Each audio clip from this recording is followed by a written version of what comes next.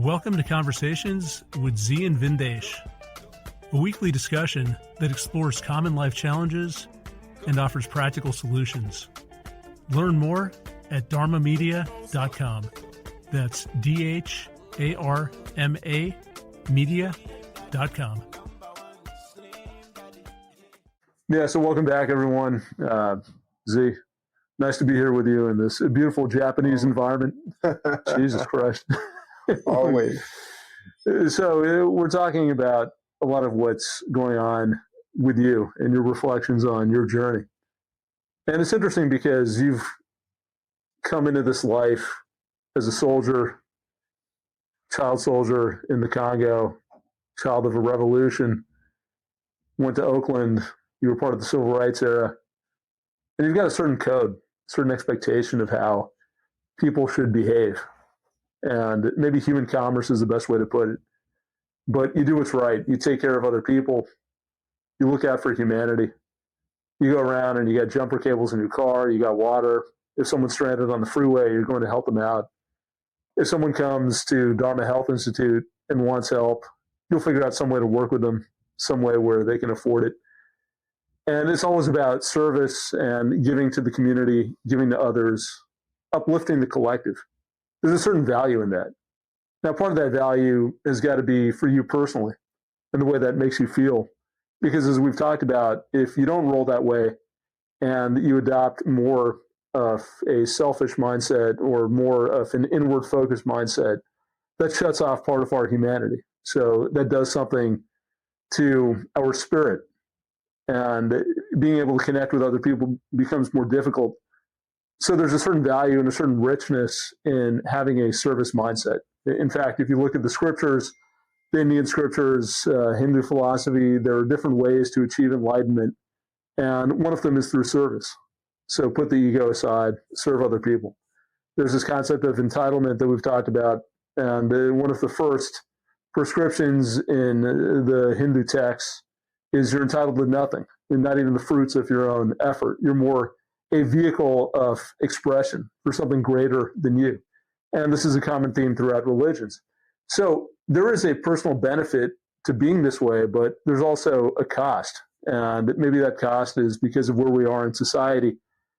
The danger that we fall into is if we're always focused on service, we can put into the system, we can put in, and then never get anything back in exchange.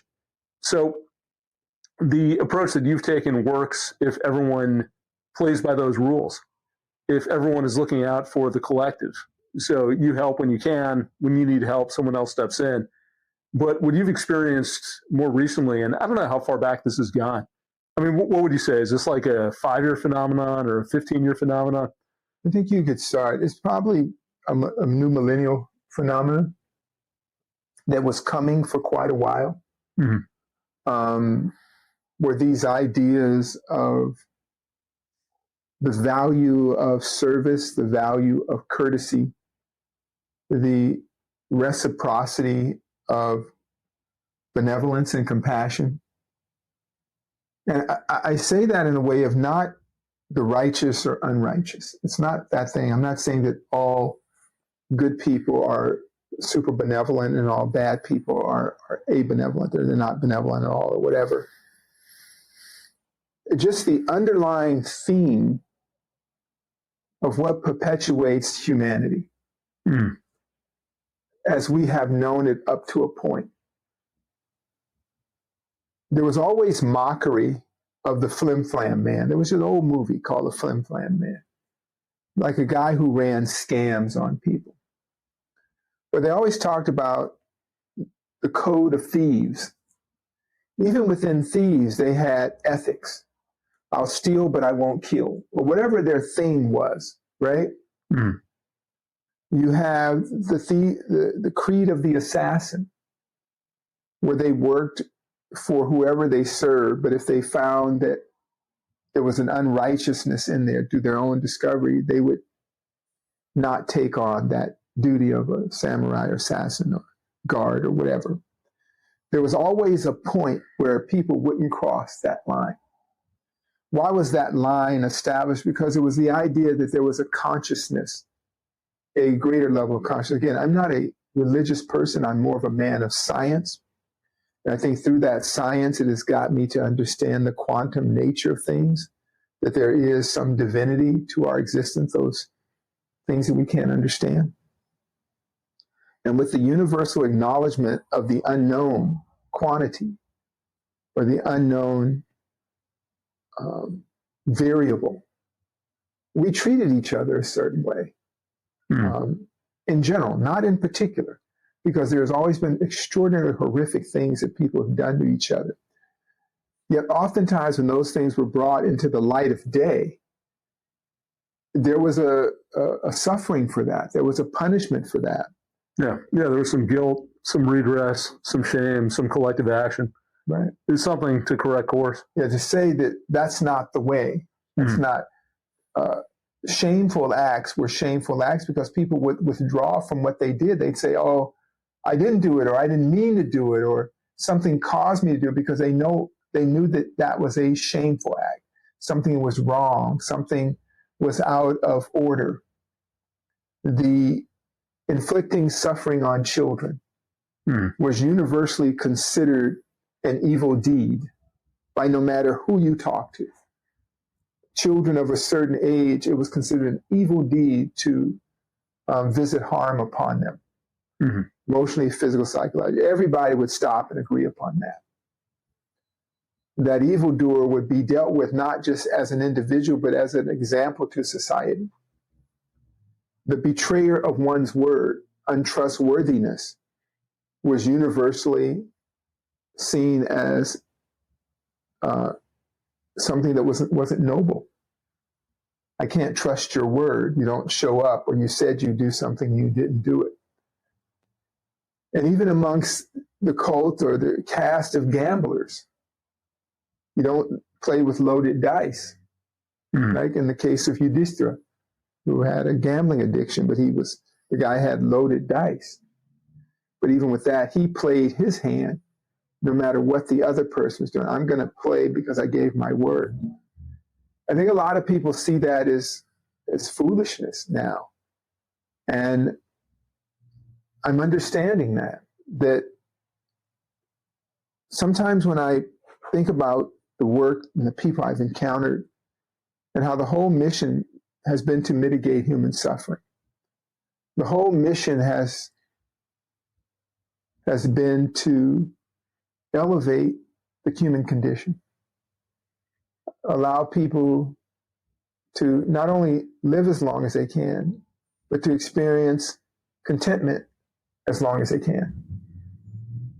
And using the tools of knowledge as it pertains to the human condition has been the means. And in doing that, I have never turned away anybody because of their financial condition. And at this point, what I found is I struggle with that part of it. Is it because I think because it flowed so freely from me that few people valued the sacrifice. I was always told that sacrifice was noble, it was sacred. And because at the end of the day, that's how good overcomes evil. That's how we right the ills of our world and our society, is being an example. But if there are no examples, then the norm becomes a different norm. What are your examples? If you are in groups of people, collectives of people, who are raised within maybe a certain isolated culture, they have ideas and behaviors that don't necessarily support the masses of humanity. They have incest, they have narrow focus, they only see suffering within their group or their direct familiars. Events of the day don't pertain to them unless it directly and immediately affects the smoothness of their travels throughout their day. I've witnessed that. But that used to be a small number of people. Now I found it to be a larger number of people. There are things that are going extinct. The idea that a handshake, I told you the story of the babysitter we had who just quit right after we had planned vacation with her, with no thought, no hesitancy, no guilt, no remorse, nothing. Hey, next thing. And in business, a similar thing, when they rip off people in business, you see the challenges with the car companies just living up to their agreements, when that used to be such an important feature in society that you can trust that company. Like many companies had in their bylaws, the public trust is tantamount to our success. Yeah. So let me ask you a question about that. Because you go back, what about the Ford Pinto? That was, what was that, 50 years ago? Yeah, horrible, horrible thing that was, and again, it was that sort of situation where somebody decided to save $20 per car. And they had calculated if we sell 1 million of these cars, we just saved $20 million not putting a blast plate between the trunk and the fuel tank or extra straps and harnesses. So there was an actuary somewhere, a trusted accountant, that saw only the bottom line. They had even calculated into it the number of people that would be killed and what they would settle for in lawsuits. They had decided that would still be worth what we would make or save, even if it was only a few $1 million difference. Right. So the question is, what's people like that? Yeah, that's what I'm getting at. I mean, what is different? What do you think has changed that puts us in a different situation now than where we were 30 or 40 or 50 years ago? Well, like I said, it's something that's been coming, and that was one of those examples that they had decided that the death of a few people at a relatively high settlement cost was worth it because at the end of the day, they'd make a little more profit.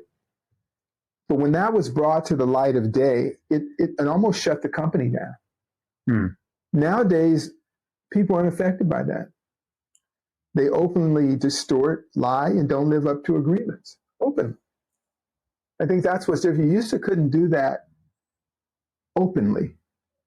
Now you can do it openly with no repercussions, right? They have the Tesla truck just came out and the windshield wipers don't work. So you just paid, $100,000 for this weird vehicle and doesn't work. And then they send a memo out. We'll fix it. We'll get to it. Well, they have your money now. We have the people that are exacting upon the lemon laws now, because they don't even try to keep their word. And even now, if you have a court case, a legitimate grievance in court, it's a crapshoot to see who can outlast the other person. Right? It's not like somebody comes up and says, you know what, this is wrong. Let's make it right. Let's make it right. They were talking about the sheer level of medical errors and mistake. It used to be a time a doctor didn't want on their record malpractice lawsuits. No doctor wanted that. Their reputation was everything. Now reputation isn't that important. It's did you beat the lawsuit? Yeah, it's an interesting way of putting it. That's what I feel, that our entire legal system and business system is turning into a game. So there's no code except the letter of the law. And if you can figure out some way to get around it or manipulate it to your advantage, regardless of who you're hurting, regardless of any greater good, it doesn't matter, because you can say, I'm playing by the rules. I'm playing by the rules. I got my team of lawyers who are looking at this, so we're good. It gets back to that discussion we're having about the Supreme Court, who just came out and basically said that the president, and this, of course, has the biggest impact on Trump, the sitting president can do whatever they want. And they've got perfect immunity as long as what they're doing constitutes an official act. So an official act of the presidency means you can rape, you can murder, you can steal, and you're above the law. And what is an official act? Well, we're not going to define that, but we're going to allow the lower courts to define it. So what does any of that mean?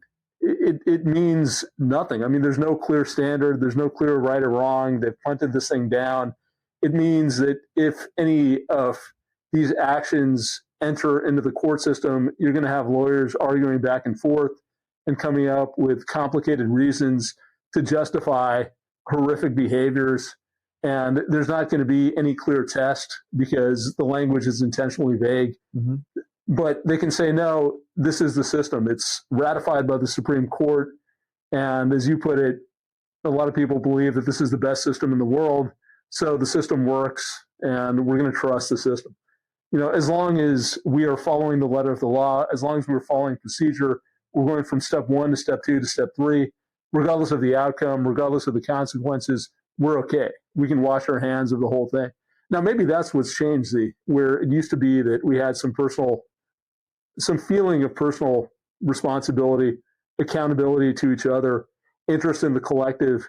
And now it's more, can we justify our behavior by appealing to procedure, by appealing to a set of codes, which is basically dead, which has no life, which has no inherent respect for humanity.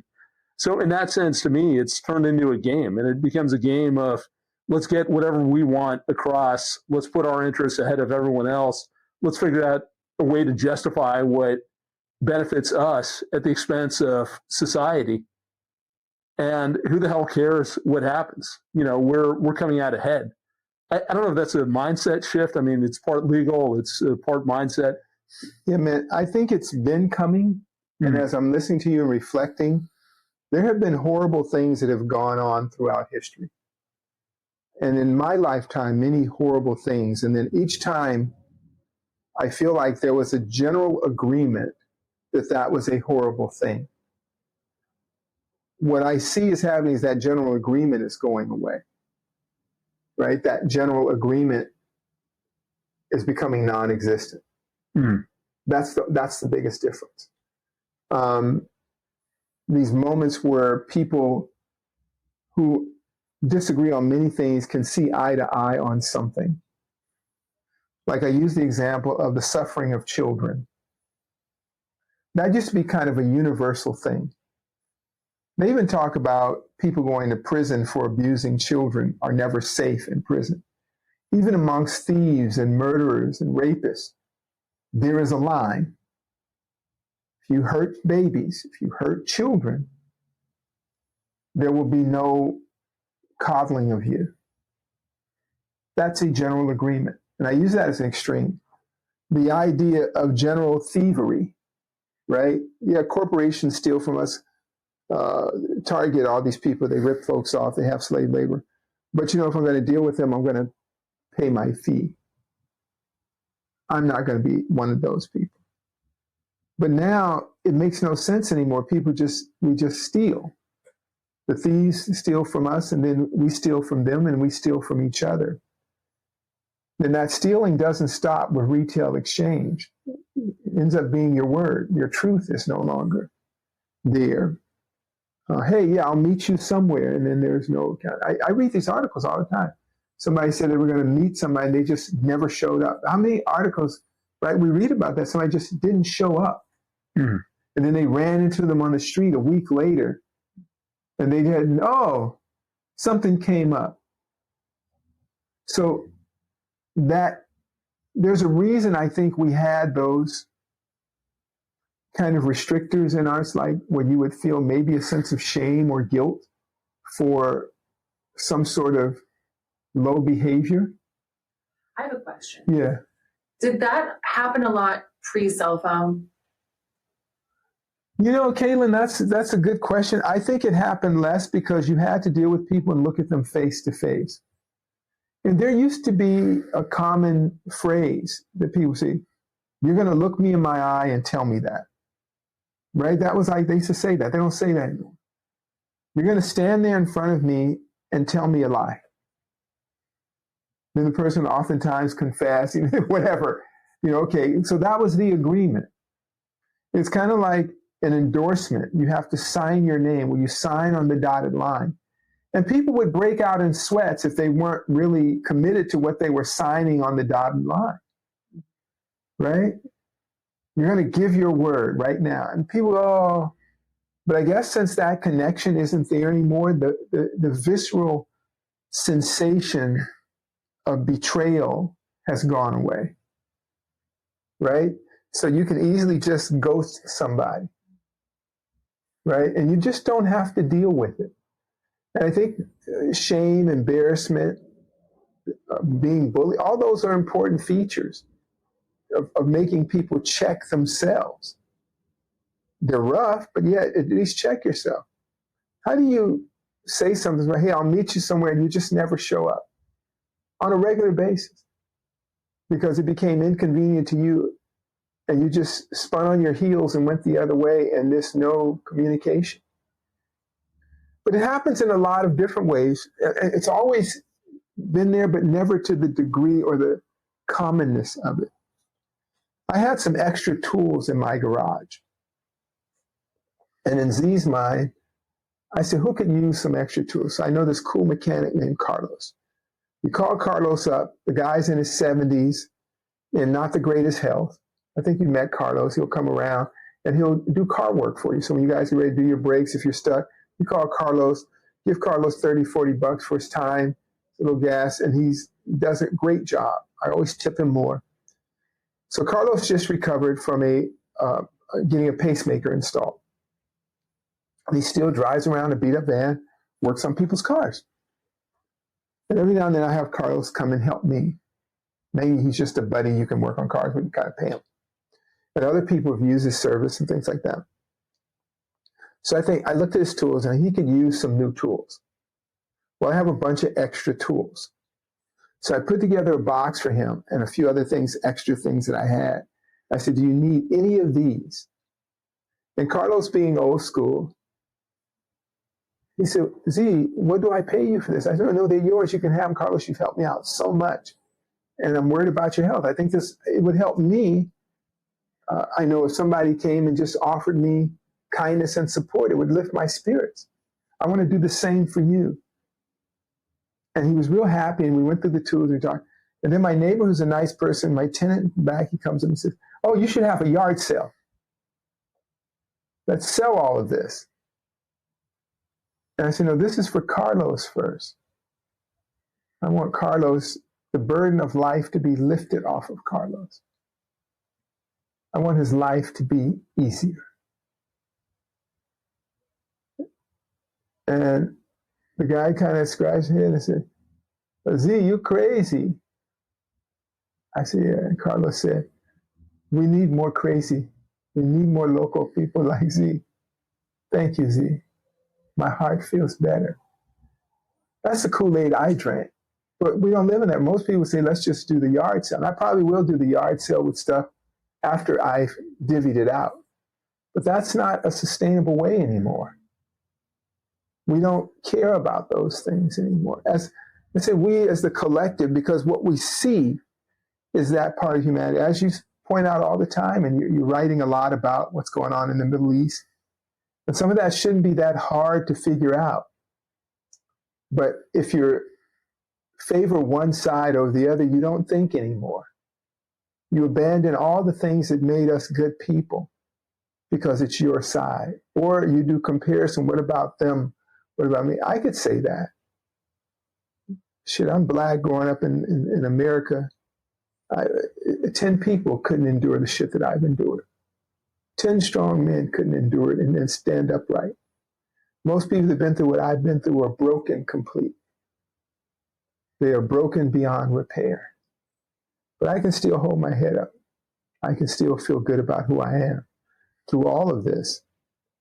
And I can openly and comfortably critique my African kin, my skin folks that aren't doing the right thing by my idea. But we live in a world now where none of that seems to matter as much as it did. And what I mean by that is, if I tell you something, can you count on my word? Nowadays, you just don't even count on people's word. It's just talk. It's a vague assessment of something, a guesstimate. And I think that's where it's changed. I think for those of us who opt out, we want to really practice that. Yeah, it's interesting when you're talking about it, Z, because it feels like so much of this is due to a lack of human connection. You've got this fabric which is holding all of us together. And as that starts to unravel, a few things happen. So number one, you look at things like economic distress. We've had conditions for working people go down for 40 years. since we've been outsourcing jobs, reducing manufacturing, inflation goes up. So just getting by becomes a grind. And the more that grind accelerates or intensifies, the less you feel like anyone gives a shit about you. And then that's going to feed on itself, because if you don't believe anyone cares about you or the system is working for you, why should you care about anyone else? Then you're automatically put into this situation of, I'm just going to get what I can for me. So you take that as one thing. And then, Caitlin, what you said about cell phones, part of it is cell phones themselves, and there's less of an attention span. There's always a desire to figure out, is there something better going on?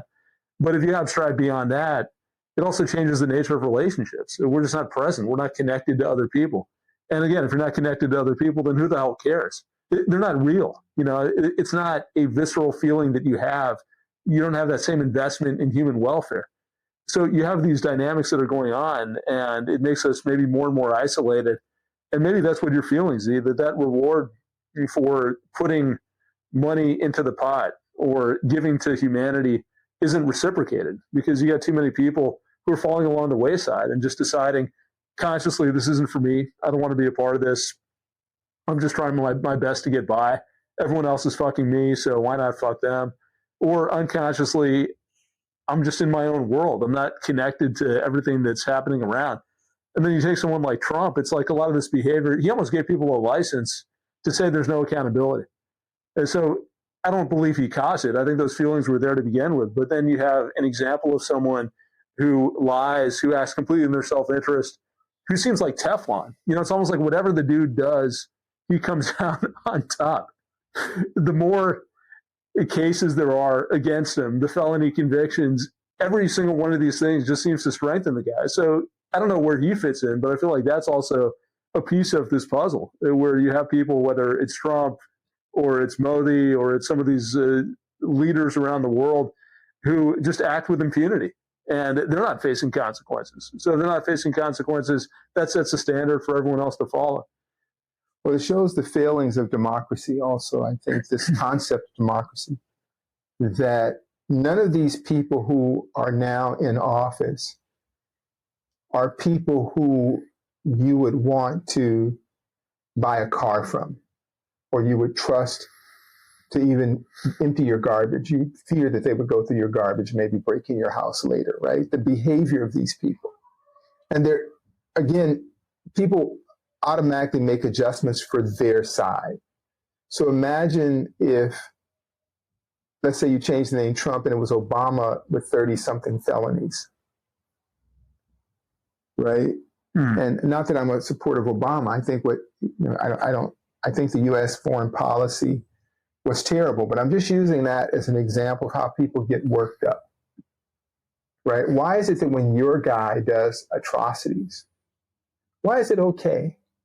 We talked about that, and that's what I'm saying. Do we have a general idea of what is auspicious or sustainable human behavior, right? And you go from the macro back to the micro. That means that you have untrustworthiness within a family. I know so many families that are going through probate issues.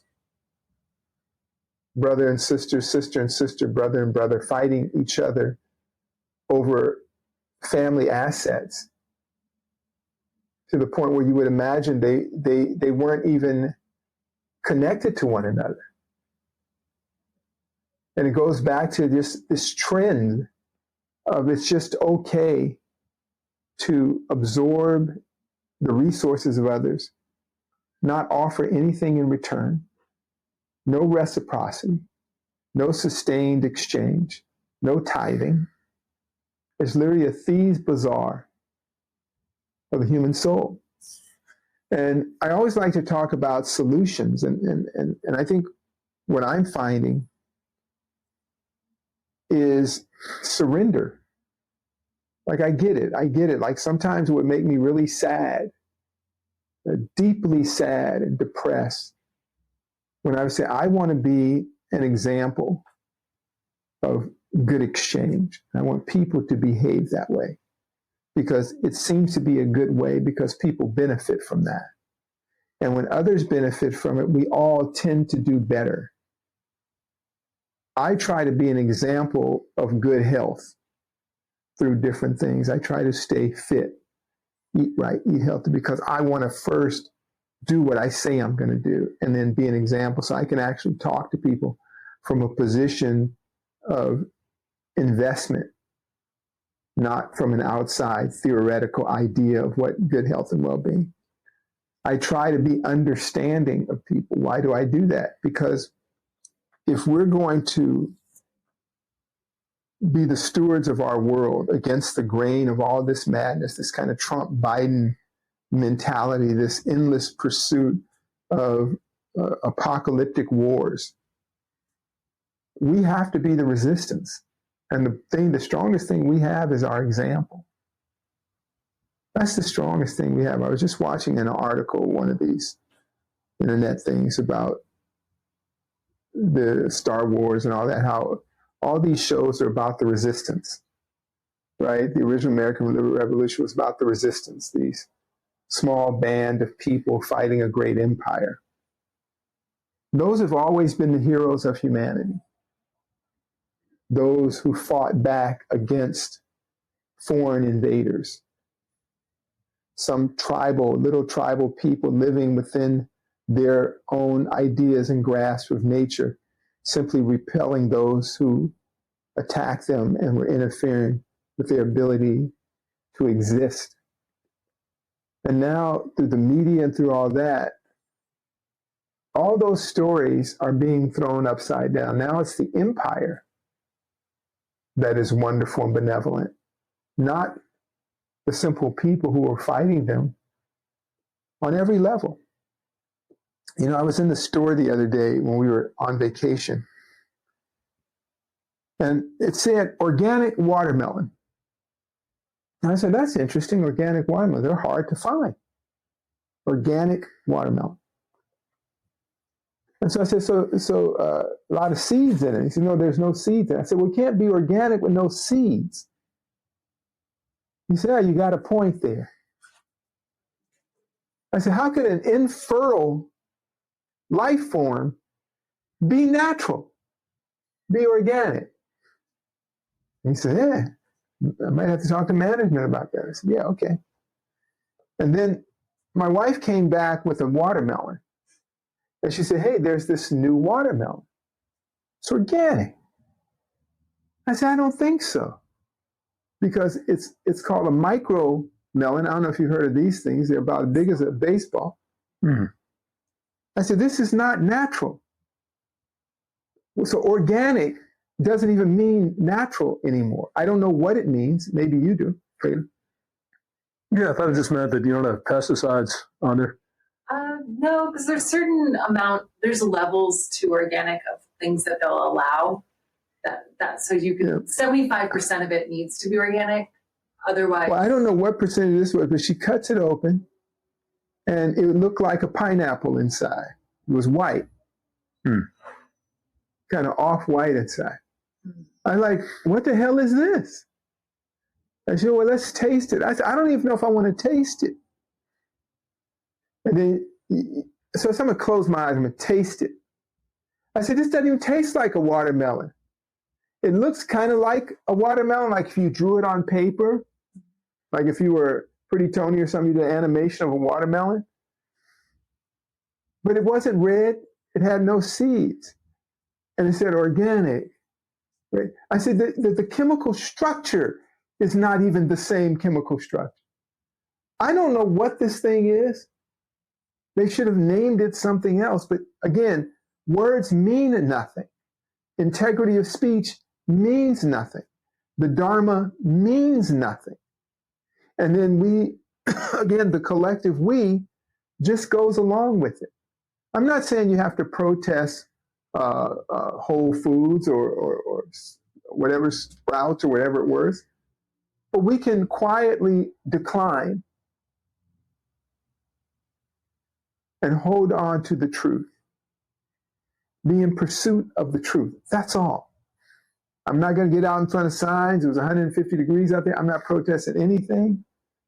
I don't have that kind of energy. But what I can do is say no. So I'm not buying that. I'm not going to buy that. And then same thing with these politics. There's an opportunity, I think, right now for people to say none of the above. I think about the U.S. presidential thing they're talking about. Who is the person or authority that said, these are the two guys you can choose? Is there authority that says that? I remember years ago when I was in elementary school studying, you could basically write in and vote anybody into president. Yeah, you can still do that. So why is it these two guys? Well, you got Robert Kennedy. Well, He's got 15% of the vote. But you have a lot of other people, that I'm just saying, when you lose the integrity and character of a person, you lose a lot of other things. I think you lose the wherewithal, the fortitude to move the veil of falsehood away. I think people have lost that. I mean, we just keep lowering it to the point where people have just withdrawn from dating. Words don't mean what they used to mean, right? You're watching, again, a change in the national narrative, at least of this nation, and I would say the global narrative, because all over the world, these types of people are taking charge. Yes, Right? Z, let's go to what I think is the most interesting part of this discussion, which is this tension that we face. We've talked a lot about the challenges of technology, of being in a transactional world, of not being connected to other people.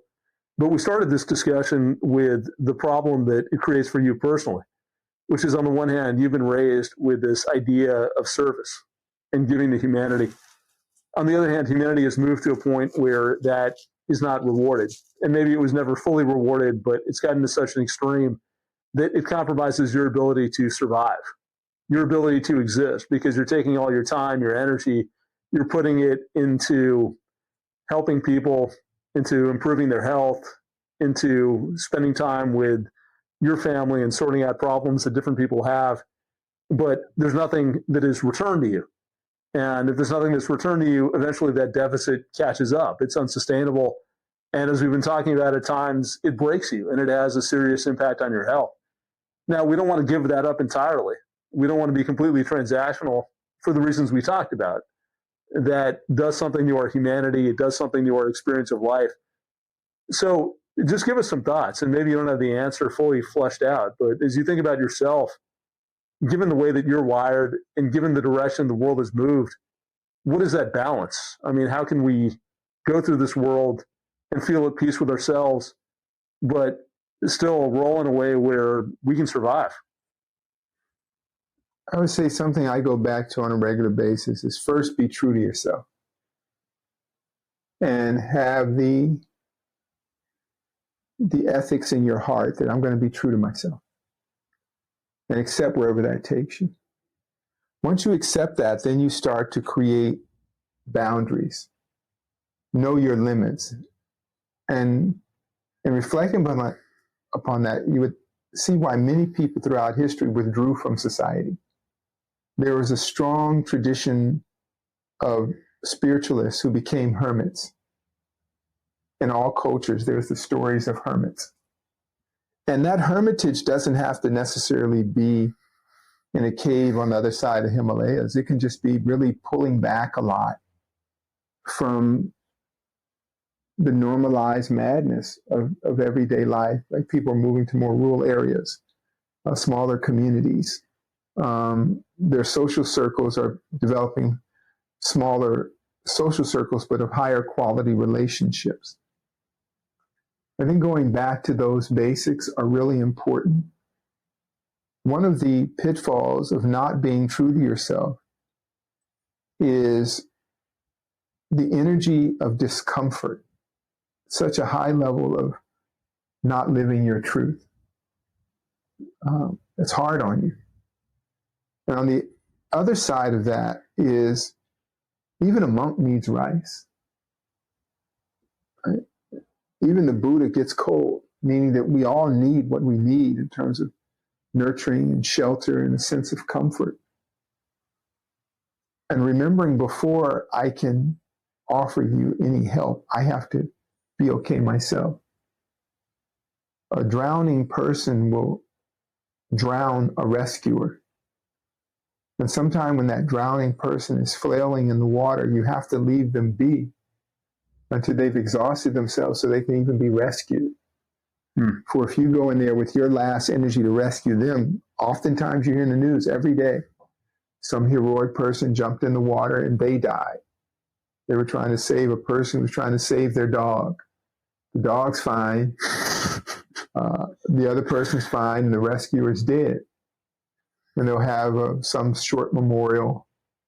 Yeah, this hero died, name something, either Joe or James, something, whatever his name was. I heard that. They actually said that on the news. We don't have his name, but he saved a dog named Trixie. And the owner's real grateful, and they're going off about their business. But somebody get the name of that guy that gave his all, that saved this woman and her dog. But we're going to give her and her dog a hero award for managing that riptide. So we want to adjust ourselves enough to keep breathing. There's nothing wrong with those people flourishing and doing well. And I would say, too, if we have a consciousness, you have a soul, I am often haunted by the good deeds that people have done for me. And again, that's a fault. I always feel an obligation to support those people in this material world. And I realize that most people don't think that way. We don't think twice. And if we do think, we don't act. Take care of the people that have taken care of you. Take care of the institutions that have taken care of you. Not the popular ones, not the easy ones, but the ones when you look way back. Like, who was there when you weren't at your best? And I think if we do that, it relieves a burden from us. Yeah, well, I'm going to press you a little bit, because behind the scenes, you were talking in stronger terms. I mean, right now, we're back in dispassionate mode. Yeah. But if we bring this back to personally how you're navigating this world, you said at the beginning, maybe I'm the sucker. I'm the sucker because I'm following the rules. I'm giving, I'm doing everything that I've been taught to do to serve the greater good, and I'm getting nothing in reward. So why do I want to be the sucker? So when you think about that, Z, does that mean that what does that mean for you? Does that mean that you're going to go to the other side and just take whatever you can? Does it mean something in between? I can never do that. I can never be that person. It's just, I'm not made that way. But what I do have to think about is withdrawing from models which drain me. Putting less energy out, putting some sort of register, a gauge of my own capacity. Because we never did that. We just open-hearted. That's what it says. Mm-hmm. That's what it says, right, in all the books, to be open-hearted. But we never counted on the times we live in, where now if you're open-hearted, you'll be bled dry. So maybe we have to have a handle on that open-heartedness. We can't have just an open door. We'll have to have some sort of filtering. So that's what I'm thinking about now. And especially as I move through my years and my time, I find myself 7 decades on this planet, and I'm very concerned with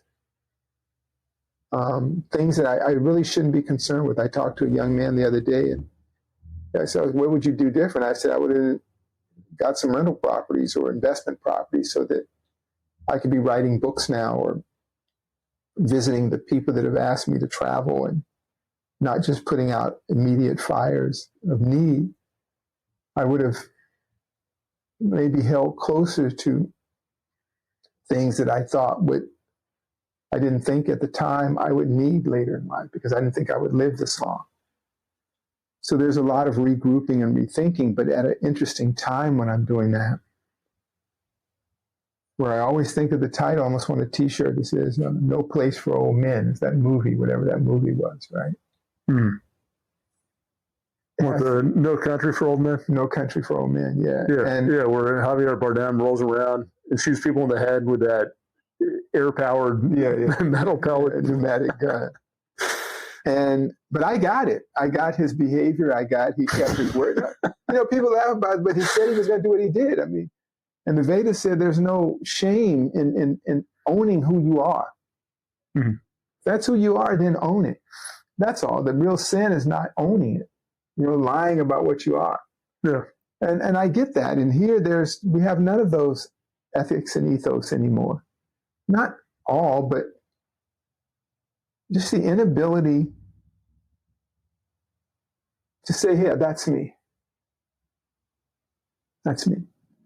I'm this way. So there are things that I think about. I think, again, right now it is very frustrating and exhausting for a number of reasons. If there was this kind of heavenly judgment or accounting that they talk about, when I imagine what that would be, and is your name on the roll? Let's go through a list of what you've done in life. I feel pretty good about most of my life, enough of it. And relative to other people, I think I've had a positive impact. I hear that from people. Not everywhere. I'm sure there are people that hate me, despise me, as it should be. It is said in the scripture. If everybody likes you, there's a problem. Not everybody should like you. It means that you were adjusting yourself to all manner of people and you're untrustworthy. But I think there are more people that value me than disvalue. There are more people that cherish my relationship with them than who hate I'm the bane of their existence. But now at this point, I'm really looking for a way of withdrawing that light and that energy a bit so that it could be sustained for a longer time. This is unsustainable. The drain is unsustainable, right? To plant a seed, to nurture its growth, for it to go on about itself, but to never return. Usually, even in nature, there's a return of a flower. The pollen is returned. The fields are always renewed, and that's what gave us life on this planet. We now live in a non-renewal cycle, where it's just drain until there's barrenness, and then move on and find another place to drain barren. Never to reconsider, never to tithe it, never to do that. So I don't have the answer. I just have an idea, and I'm going to be trying it just to withdraw a little more. I have to rethink a lot of things I probably should have thought about 30, 40 years ago. How to be sustainable, how to be true to yourself, but still not lose yourself. So just some ideas. Yeah. All right. Well, we'll keep on checking in with you, Z. Less isn't it? Yeah. See how the progress goes. Because it seems, just in closing, it seems like the biggest change in your mind is the expectation. That before you can decide what to do, you got to recognize that the world has changed, or at least the rules that you thought were in place aren't really what is in place. Mm-hmm. And we have a system which isn't set up to reward righteousness. It's set up to extract from the bottom of the pyramid and funnel to the top. And if we're all clear on that, we can figure out what to do. But the first thing is having that clarity.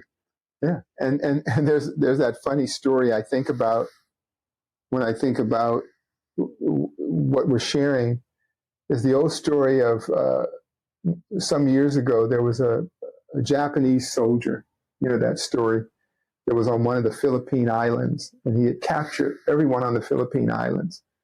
And he thought World War II was going on until recent years. I think he had been there since the 1940s or something. And 40, 50 years later, he's still patrolling the island. And actually took the Emperor of Japan to fly in and tell the man, look, the war is over and you served well. And he didn't, you can read his story, it's hilarious. And all the people on the island went along with it. Oh, that's old Sergeant Yamamoto or whatever. It's okay, get in line. And I think he even married and had kids. And you're my prisoner. And they would say, yeah, where's prisoner? And you got to look up the story. But I feel like that guy. I feel like Sergeant Yamamoto or whatever his name was. That I got the memo, but the emperor never came and told me I was off duty. Yeah. Zi, thank you for your service. You've been great. All right. I'm relieved of duty. Thank you very much. All right. So that's it. Let's talk about some other stuff. Next time, you guys support our podcast. Reach out to us and think about things you want to talk about. Maybe something's going on in your life, something we shared. We're not against or for any particular thing. Again, I'm not riding the rail. I'm for the greater good of humanity. I get all the things that go on in society. I intimately get it. I have made and experienced some of the most challenging episodes as a human being. And I came out the other side. I don't hate anybody. My blood isn't boiling over people. But I do see the patterns. We get duped into this political thing. We get duped into religious things. And we fight for things that don't mean anything. Fight for your family, your friends, the people that love you and that you love. The flag waving, the empty patriotism, symbols of a grand cultural mandate or divine province, that leads us nowhere. Never has, never will. So lighten up a little bit and let's talk a little bit more. Thank you. If you enjoyed the show, please consider leaving us a review on Podbean, iTunes, or your favorite podcasting app. Each 5-star review helps us bring you more unique and insightful content. Learn more at dharmamedia.com. Peace.